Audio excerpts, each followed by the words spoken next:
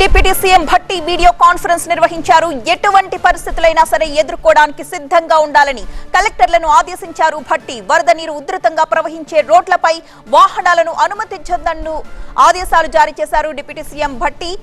పూర్తిగా రాకపోకలు స్తంభించిపోయిన దృశ్యాలు కూడా మనం చూస్తున్నాం. ఒక వంతెన అంత ఎత్తుకి వరద ఏ విధంగా ఉప్పొంగి ప్రవహిస్తుందో మనం చూడొచ్చు. ఈ నేపథ్యంలోనే డిప్యూటీ సీఎం కలెక్టర్లందరితో కూడా వీడియో కాన్ఫరెన్స్ నిర్వహించారు. ఎటువంటి పరిస్థితులైనా ఎదుర్కోవడానికి సిద్ధంగా ఉండాలని కలెక్టర్లను ఆదేశించారు భట్టి. వరద నీరు ఉధృతంగా ప్రవహిస్తున్న రోడ్లపై పూర్తిగా రాకపోకల్ని ఆపివేయాలంటూ ఆదేశాలు జారీ చేశారు.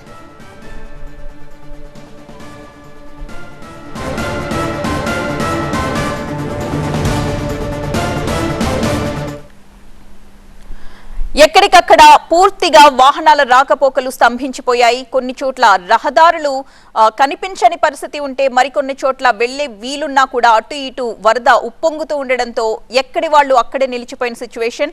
ఈ పరిస్థితులన్నింటినీ కూడా వీడియో కాన్ఫరెన్స్ ద్వారా పరీక్షిస్తున్నారు డిప్యూటీ సీఎం భట్టి విక్రమార్క. అలాగే ఆయన కలెక్టర్లతో కూడా వీడియో కాన్ఫరెన్స్ నిర్వహించి ఎప్పటికప్పుడు పరిస్థితిని సమీక్షిస్తూ ఉండాలని, ఎలాంటి పరిస్థితులైనా ఎదుర్కోవడానికి అధికార గణం అంతా కూడా సిద్ధంగా ఉండాలని ఆదేశాలు జారీ చేశారు.